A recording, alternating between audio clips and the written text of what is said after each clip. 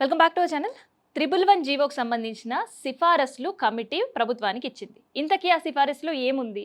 ఎందుకంటే ఏళ్ల తరబడి ప్రభుత్వంలో ఎవరున్నా గానీ ప్రతిపక్ష వాళ్ళు 111 జీవోని రద్దు చేయొద్దని నిరసన కార్యక్రమాలు చేస్తారు. కానీ ఇక్కడ 111 జీవో పైన ప్రతిపక్షం కూడా సానుకూలంగా ఉంది.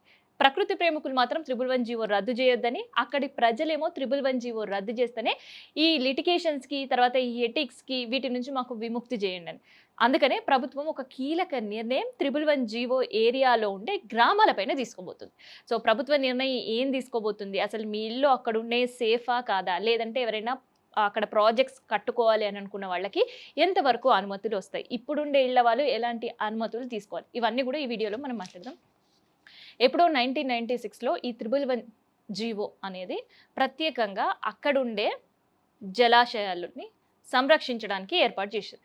సో ఆ తర్వాత రాష్ట్రాలు, తర్వాత అందులో ఉండే జిల్లాలు, మండలాలు, ప్రాంతాలు ప్రతి ఒక్కటి అభివృద్ధి చెందుతుంది. కానీ 111 జీవో కింద ఉండే ప్రాంతాలు మాత్రమే అభివృద్ధి జరగట్లేదు అనేదే ప్రభుత్వం ఆలోచన.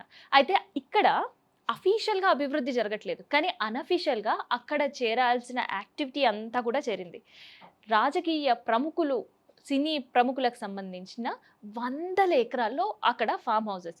ఇదందరూ కూడా తెలిసింది. ఆ తర్వాత సామాన్యులు నివసిస్తున్న రెసిడెన్షియల్ ఏరియాస్ కూడా ఉన్నాయి. సో పేరుకు మాత్రమే అవి అనఫీషియల్‌గా ఉండే రెసిడెన్షియల్ ఏరియాస్. కానీ అఫీషియల్‌గా వాళ్ళకు ఉండడానికి ఎటువంటి పర్మిషన్ లేదు.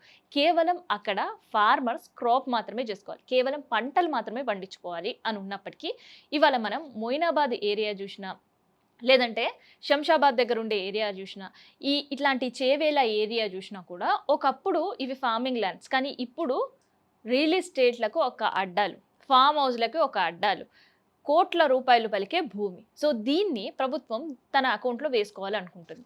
సో అందుకనే 111 జీవోకి సంబంధించిన కీలక సూచనలు అండ్ దాంతోపాటు ఒక కమిటీ వేసి అక్కడ ఏం జరుగుతుంది తెలుసుకోవాలి. అండ్ ఆ కమిటీ ఏం సిఫారసు చేసింది ప్రభుత్వానికి అనేది మనం మాట్లాడదాం. సో గతంలో ఉండే జీవో ప్రకారం అక్కడ ఎట్టి పరిస్థితిలో ఇండస్ట్రీస్ అనే వాళ్ళకే అవకాశం ఇవ్వద్దు.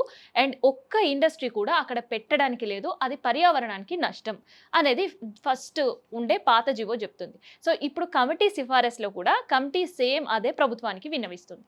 రెండోది, ఎప్పుడైతే అక్కడ అపార్ట్మెంట్ కల్చర్, లేదు అంటే విల్లాస్ కల్చర్, ఒక పెద్ద పెద్ద ప్రాజెక్ట్స్ ఉన్నప్పుడే అక్కడ ఉండే ఏరియా అనేది డెవలప్ అవుతుంది.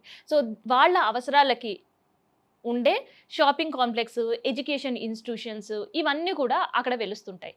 సో అందుకనే ప్రభుత్వం కమర్షియల్ కాంప్లెక్స్‌లు ఉండాలి అని ఇప్పుడుండే జీవో చెప్తుంది. సో గతంలో ఉండే జీవో వీటన్నిటిని కూడా కట్టడి చేసింది. సో ఇప్పుడుండే జీవోలో సిఫారసు చేసిన కమిటీ, సో వీటన్నిటికీ అనుమతి ఇవ్వండి, కాకపోతే హై రైజ్ బిల్డింగ్స్ అస్సలు వద్దు, కేవలం విల్లా ప్రాజెక్ట్స్‌కి మాత్రమే ఇక్కడ అనుమతి. అండ్ ఆ విల్లా ప్రాజెక్ట్‌లో కూడా సపోజ్ ఒక 100% ల్యాండ్ ఉంటే అందులో 40% మాత్రమే మీరు యూటిలైజ్ చేసుకోవాలి. ఇంకొక 60% అక్కడ పచ్చదనాన్ని, రోడ్లకి వీటికి మాత్రమే యూటిలైజ్ చేసుకోవాలి అని ఈ కొత్త సిఫారసులు ప్రభుత్వానికి చేస్తున్నాయి. అండ్ దీంతో పాటు అక్కడ డెవలప్మెంట్ ఎట్లా ఉంటది? ఆ డెవలప్మెంట్ ఇష్యూస్ మళ్ళీ అక్కడ జలాశయాలపైన ఏమైనా పడతదా అనేది ఒక సందిగ్ధం వ్యక్తం చేసి దానికి సంబంధించి కూడా ఇంకొక సిఫారసు చేసింది. అదేంటిదంటే, ఇక్కడ ఈ పెద్ద పెద్ద ప్రాజెక్ట్ అంటే ఎడ్యుకేషన్ ఇన్స్టిట్యూషన్స్ వచ్చినా, లేదంటే షాపింగ్ మాల్స్ వచ్చినా, లేదంటే కమర్షియల్ మాల్స్ వచ్చినా, ఇట్లాంటి విల్లా ప్రాజెక్ట్స్ వచ్చినా వాళ్ళపైన ఒక కఠిన నిబంధనలు పెట్టాలి. సో ఈ నిర్మాణాలకి హై రైజ్ టవర్స్‌కి అస్సలు అనుమతి లేదు. కేవలం విల్లా ప్రాజెక్ట్స్‌కి మాత్రమే అనుమతి ఉంటది. అండ్ వీళ్ళు యుటిలైజ్ చేసే వాటర్ పైన ఖచ్చితంగా జియో ట్యాగింగ్ తోటి నిఘా వేయాలి. అండ్ వీళ్ళు రెయిన్ వాటర్ హార్వెస్టింగ్ పిట్స్ మస్ట్‌గా వాళ్ళ ప్రాజెక్ట్‌లో ఉండేటట్టు, వాటిని మెయింటైన్ చేసేటట్టు వాళ్ళపైన ఒక నిఘా పెట్టి దానికి కూడా ఒక జియో ట్యాగింగ్ ఎయ్యాలి. ఒక్క మాటలో చెప్పాలంటే జీరో సాలిడ్ వేస్టేజ్ ఉండాలి, జీరో లిక్విడ్ వేస్టేజ్ ఉండాలి. సో వేస్టేజ్ ఎక్కడ కూడా ఈ జంట జలాశయాల వద్దకు వెళ్ళే ప్రమాదం ఉంది కాబట్టి వాటిపైన కఠినంగా అమలు చేయాలి అని. అండ్ ఇట్లాంటి అనుమతులు తీసుకోవాలన్నప్పుడు కూడా ప్రభుత్వానికి సంబంధించిన 84 గ్రామాల్లో దాదాపు 1 ఎకరం పైన ఒక్కొక్క గ్రామంలో ఈ ఎకరాల కొద్దీ దాదాపు 1,84 ఎకరాల భూమి ఈ 111 జీవోలో ఉండి అలా వ్యవసాయానికి, కమర్షియల్‌కి చాలా దూరంగా ఉంది. డెవలప్‌మెంట్‌కి చాలా దూరంగా ఉంది. అందుకనే దీన్ని డెవలప్‌మెంట్ చేయాలి అంటే ఒక పైలట్ ప్రాజెక్ట్ స్టార్ట్ చేయాలి అని అనుకుంటున్నారు. సో ఆ పైలట్ ప్రాజెక్ట్ కింద ముందుగా 6-8 గ్రామాలను ఎంచుకుందాం. సో, ఈ 6-8 గ్రామాల్లో రియల్ ఎస్టేట్ ఎవరైనా అంటే ఇట్లాంటి వెంచర్స్ ఎవరైనా వేయాలనుకునే వాళ్ళకి ఆహ్వానించడం, వాళ్ళు వెంచర్ వేయడం, ఆ తర్వాత ఈ ఏదైతే వీళ్ళు ఇందాక నేను నిబంధనలు చెప్పినానో అవన్నీ పాటిస్తున్నారా లేదా అనేది చెక్ చేయడం. సో, దానివల్ల పర్యావరణానికి ఏమైనా ఇబ్బంది కలుగుతుందా లేదా అని చెక్ చేయడం. సో, ఇవన్నీ చేసినప్పుడు మాత్రమే అక్కడ ఈ ప్రాజెక్ట్ ఎంతవరకు సక్సెస్ అవుతది అనేది పైలట్ ప్రాజెక్ట్ కింద ఉండే 8 ఊర్లే నిదర్శనంగా ఉండబోతున్నాయి అని చెప్తున్నారు.